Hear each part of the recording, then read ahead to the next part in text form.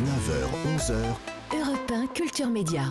Philippe Vandel. Bonjour Louise Bernard. Bonjour Philippe, bonjour tout le monde. Louise, au sommaire de votre journal des médias. Anne-Sophie Lapix va-t-elle être évincée du 20h de France 2 ? Delphine Ernotte a répondu à cette question. TMC recule l'horaire de ses programmes du soir. Mais pas vraiment, vous allez comprendre. Les noms des candidats à la présidence de Radio France également. Et puis une histoire qui montre que quand on tente d'empêcher les journalistes de publier certaines informations, eh bien ça peut s'avérer contre-productif. Mais d'abord, on va commencer par les audiences comme chaque matin. Qu'ont regardé les Français hier soir, le top 3. Alors je vais mettre à part l'événement avec Emmanuel Macron, qui est l'émission politique de France 2, puisqu'elle était diffusée, l'interview de 20h30 à 21h40, donc on n'est pas vraiment sur un prime habituel. Alors c'est en baisse par rapport à la première soirée il y a 2 semaines, mais ça fait tout de même 4 100 000 téléspectateurs pour France 2 hier soir, 18,1% de part d'audience. Avec le même dispositif, Caroline Roux et le même décor. Le même, les sujets étaient simplement différents évidemment. Pour le reste, le podium donc des primes, des vrais primes qui ont commencé après 21h. C'est M6 qui est leader hier soir avec le meilleur pâtissier qui est en hausse en nombre de téléspectateurs, 2 410 000 hier soir devant la 6, 12,7% de part d'audience. Deuxième, c'est la série TF1 Good Doctor, 2 280 000 téléspectateurs, 11,2% de part d'audience en moyenne sur les 2 épisodes. Et puis troisième, c'est Des Racines et des Ailes sur France 3, 2 150 000 téléspectateurs, 10,8% de part d'audience. À noter que sur C8, Mongeville, ça marche toujours autant et ça augmente même par rapport à la semaine dernière. 1 640 000 téléspectateurs hier soir pour C8. Europe 1, le journal des médias. Journal qui débute par un démenti. Non, Anne-Sophie Lapix n'est pas évincée du 20h de France 2. Et c'est sa patronne et celle de France Télévisions, Delphine Ernotte, qui le dit. Elle a fait une mise au point hier devant les députés. Elle était auditionnée par la Commission des affaires culturelles de l'Assemblée. Et si les députés l'ont interrogée sur le sujet, c'est parce qu'un récent communiqué du syndicat national des journalistes de France Télévisions s'inquiétait justement d'une possible éviction d'Anne-Sophie Lapix. Un des départs annoncés en coulisses, je cite, d'après le syndicat. Et le SNJ qui s'interroge, l'Élysée ne voudrait pas d'elle, comme nous l'avions écrit il y a quelques mois. Certains cadres de l'info seraient prêts à donner satisfaction au pouvoir. Réponse donc de Delphine Ernotte hier devant les députés. Anne-Sophie Lapix, qui tient à 20h, qui n'a jamais été aussi haut. Donc autant vous dire qu'on est très content d'avoir Anne-Sophie Lapix, et je suis très content d'avoir Anne-Sophie Lapix aux 20h. Sujet donc clos pour le moment. De France Télévisions, on va passer au groupe TF1. La chaîne TMC recule l'horaire officiel de ses prime time. À partir de mi-novembre, les programmes du soir sont annoncés à 21h25 au lieu de 21h15 actuellement. Mais bon, 21h15 c'est l'horaire officiel, car en fait l'émission d'Yann Barthès quotidien déborde sans arrêt et rend l'antenne en moyenne 6 minutes plus tard que prévu. Ce n'est pas moi qui l'ai calculé, c'est un chiffre révélé par l'Arcom, ex-CSA. L'autorité a d'ailleurs publié les horaires des débuts de prime de toutes les chaînes fin septembre, car elle avait reçu de nombreuses plaintes de téléspectateurs, mécontents que les programmes commencent de plus en plus tard. L'Arcom a incité les chaînes à respecter les horaires officiels de début des programmes du soir.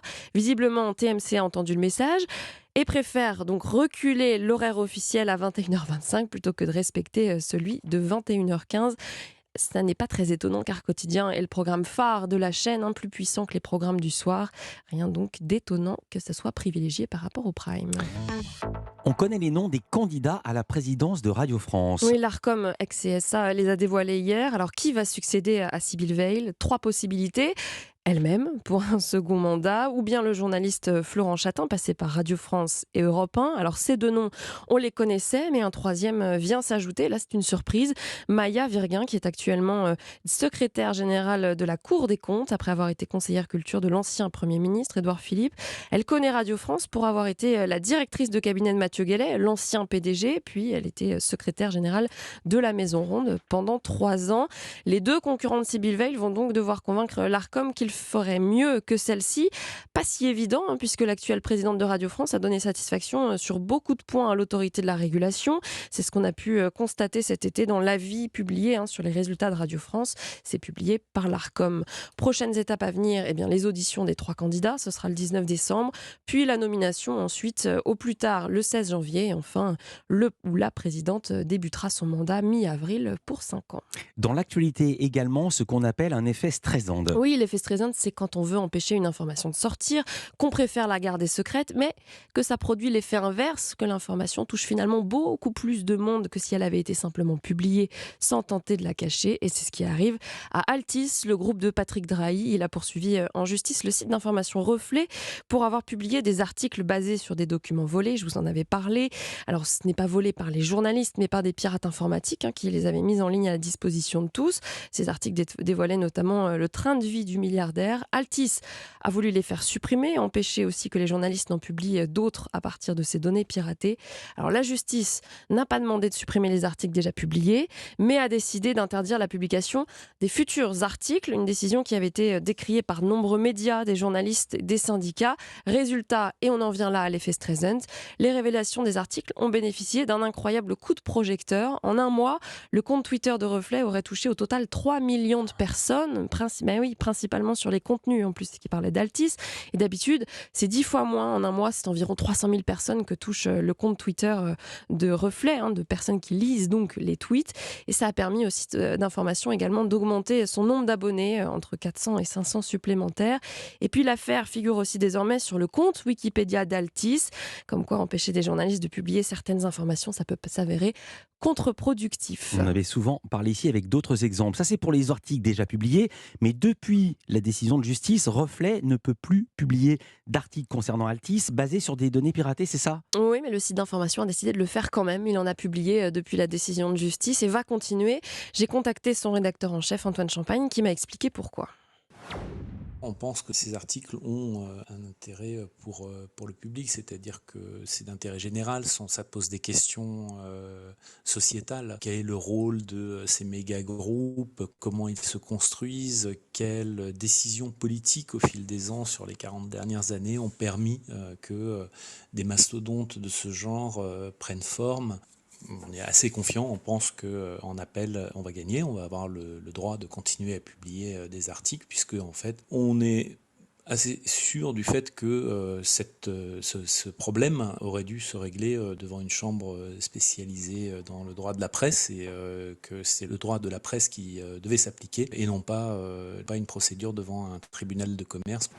La procédure en appel aura lieu donc le 23 novembre. J'ai reçu des messages pendant l'émission qui me demandaient pourquoi l'effet Streisand, quel rapport ? C'est un rapport avec la Vous voulez chanteuse l'expliquer ? Barbara Streisand. Bruno Donnel avait très très bien expliqué. Un jour, il y a un éditeur américain qui fait un livre sur des très très belles maisons de la côte Est ou Ouest, je ne sais plus.